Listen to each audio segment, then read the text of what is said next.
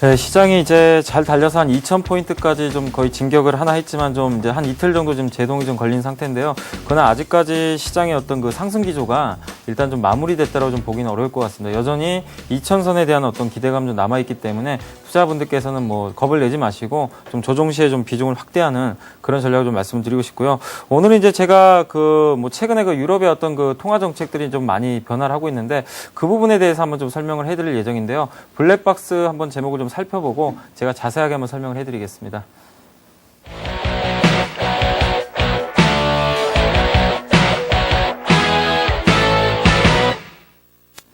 예, 최근에 이제 유럽의 그 통화 정책이 좀 변화한다는 걸 우리가 좀 신문 기사 상으로도 좀 느낄 수가 있는데요. 이번에 이제 유럽 중앙은행에서도 그 갑자기 이제 그 예상치 않았던 금리를 좀 인하하는 그런 모습들이 좀 나왔는데 그동안 이제 물가 상승에 대한 어떤 부담감 때문에 사실 뭐 전 세계 국가들이 이제 금리를 내리기가 미국과 일본을 제외하고는 내리기가 좀 상당히 좀 힘들었는데 이제 뭐 최근에 호주도 그렇고 또 브라질도 그렇고 이제 유럽까지 이런 이제 금리 인하 행렬에 좀 동참을 하고 있는데요.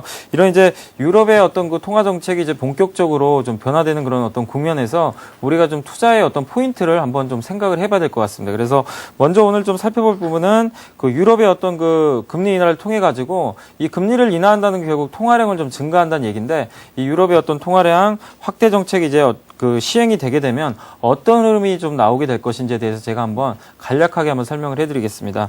일단 이제 유럽발 위기가 좀 그동안 계속해서 좀 진행이 되었지 않습니까? 작년 5월 그 그리스 문제가 좀 터지면서 그게 계속 누적이 되면서 결국 이제 그리스뿐만 아니라 뭐 프랑스, 독일까지 위험하다 이런 얘기도 좀 나오게 되고 그런 부분 때문에 뭐 미국뿐만 아니라 지금 유럽까지도 이 경기 침체가 좀 계속 장기화하고 되고 있었는데 그동안 물가 때문에 금리를 좀 계속해서 인하를 못했던 이 중앙은행에서 결국에는 이제 그 경기를 부양시키겠다는 의지를 좀 천명을 한 거거든요. 그렇기 때문에 결국 이제 물가보다는 경기에 좀 초점을 맞추면서 유럽의 어떤 그 유로화에 대한 어떤 통화량을 좀 증가를 시키겠다. 이런 좀 정책이 좀 나오고 있다. 이렇게 좀 보시면 될 것 같습니다. 그래서 이 어떤 유럽의 어떤 그 금리가 결국 인하가 되게 된다라면은 결국 이런 부분들이 어떤 변화를 좀 가져오게 되냐면은 이 유로하고 달러는 서로 또 상대적인 개념 아닙니까? 달러가 강세를 보일 때는 유로가 약세를 보이고 또 반대로 달러가 약세일 때는 유로화가 좀 강세를 보이게 되는데 이런 부분을 봤을 때 앞으로 유로화가 좀 약세를 보이게 되겠죠. 아무래도 금리를 인하한다는 거는 유럽의 통화량이 증가하게 되고 그러면은 이 돈의 가치가 떨어지게 되겠죠. 그러다 보면 결국 유로화의 가치는 떨어지고 상대적인 개념이 이 달러화는 결국 좀 강세로 전환되면서 우리가 이제 그런 부분의 어떤 그 향후에 이 통화 흐름을 좀 지속적으로 체크를 해봐야 될 것 같고요. 그렇게 되게 된다라면 이 달러가 강세를 보인다는 얘기는 결국에는 이 원자재 가격이 좀 결국은 하락을 하게 된다는 얘기죠. 위험 자산에 대한 어떤 선호도가 좀 떨어지게 되고 좀 안전 자산 이런 쪽에 대한 어떤 선호도가 좀 높아지기 때문에 사실상 어떻게 보면 좀 그 자산 시장에는 좀 좋지 않은 그런 흐름이 좀 나올 수 있다. 이렇게 좀 생각을 하시면 되겠습니다. 그래서 우리가 이 달러와 강세 또 유로화의 약세 기조가 좀 이어지게 되면은 그 부분에서 어떤 우리가 좀 투자 포인트를 좀 체크를 해봐야 되는지 두 번째로 좀 말씀을 좀 드리고 싶은데요. 결국 거기에 관련된 우리가 그 소비 관련주를 좀 주목을 해야 될 것 같습니다. 제가 일단 달러화가 좀 강세로 전환이 되게 되면 이 원자재 가격이 좀 안정화가 좀 된다라고 말씀드렸는데 결국 달러화와 이 위험자산, 원자재도 마찬가지고 주식시장도 마찬가지입니다. 위험자산이기 때문에 달러가 강세라는 거는 결국 이 주식시장하고 원자재 시장이 좀 약재가 될 수밖에 없겠죠. 그래서 그런 면을 봤을 때는 이 원자재 가격 자체가 앞으로 좀 하향 안정화될 수밖에 없는 그런 구조로 갈 수밖에 없습니다. 그렇게 되면 결국 원자재 가격이 진정이 되게 된다라면은 그런 부분에서 물가가 좀 안정을 찾겠죠. 이 물가가 크게 오른 가장 큰 배경 중에 하나는 중국이라든가 어떤 신흥국의 어떤 그 수요가 급증을 하면서 이 원자재 수요가 많이 늘어났거든요. 그래서 그런 부분들이 결국 어떤 물가 상승의 어떤 주범이 되는데 결국 이 달러화가 강세로 전환이 되게 된다라면은 이 물가가 좀 안정화되는 그런 효과를 좀 발휘하게 되겠죠. 그렇게 되면은 이 소비할 수 있는 그런 어떤 여력들이 좀 늘어날 가능성이 있습니다. 특히 뭐 유럽이라든가 미국 쪽은 좀 경기 침체 때문에 물론 좀 안 좋아질 가능성은 있지만 소비 여력이 크게 늘긴 좀 어렵겠지만요.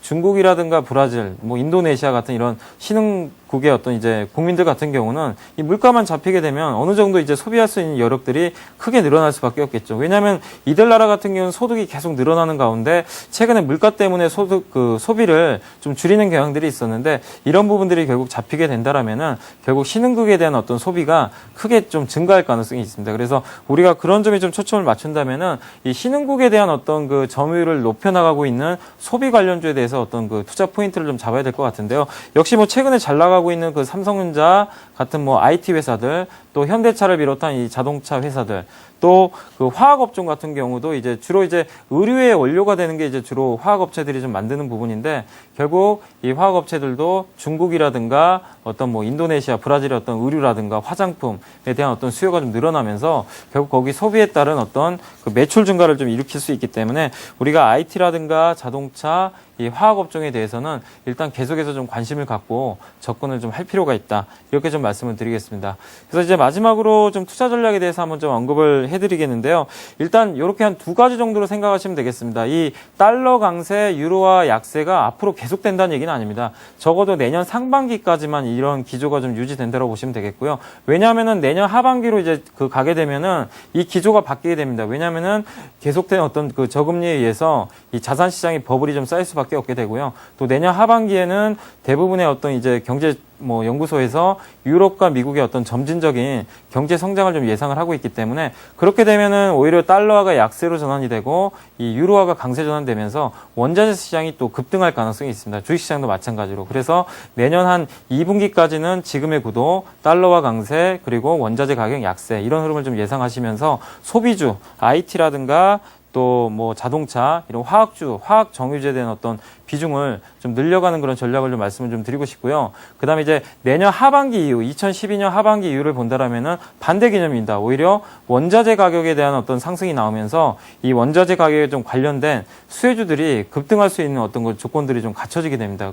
뭐 예를 들면 원자재 관련주 같은 경우는 뭐 조선주라든가 또 철강업종, 또 비철금속 또 좀 최근에 주가가 좀 부진했던 뭐 태양광 업종들, 이 신재생에 관련된 그런 회사들도 결국 내년 하반기 이후에 이 유가라든가 이런 부분들이 올라가게 된다라면은 상당한 이런 부분들이 좀 호재로 좀 작용할 수 있기 때문에 투자분들께서 좀 명확하게 그런 부분들을 좀 설정을 하셔가지고 이 대응을 좀 하시면 될 것 같습니다. 그래서 단기적으로는 이 소비 관련주에 대해서 여러분들이 좀 내년 한 상반기까지는 좀 계속해서 매매를 하시는 그런 전략이 좀 좋을 것 같고요. 1년 후, 뭐 적어도 한 6개월 후를 좀 내다보는 그런 투자자분들이라면은 이런 뭐 철강이라든가 조선업종 같은 그런 원자재 가격 상승에 좀 수혜가 있는 그런 회사들에 대해서 좀 베팅을 해나가는. 그래서 뭐 단기냐 중기냐에 따라 좀 틀리겠지만 그런 부분들을 여러분들이 좀 혼재를 하셔가지고 투자를 좀 하시면 될 것 같습니다. 자, 그래서 제가 이제 유럽의 어떤 그 통화 정책이 좀 변화를 하고 있기 때문에 어떤 부분에 대해서 우리가 좀 투자의 포인트를 맞추고 거기에 따라서 단기냐 장기냐에 따라서 어떤 투자 전략에 대해서 전략으로 우리가 좀 투자를 해야 되는지에 대해서 좀 설명을 해드렸는데요. 이런 부분들 여러분들이 좀 다시 한번 좀 체크를 하시면서 좀 더 이렇게 그 흐름을 좀 살펴보신다면은 분명히 투자하시는데 좀 좋은 좀 도움이 될 것 같습니다.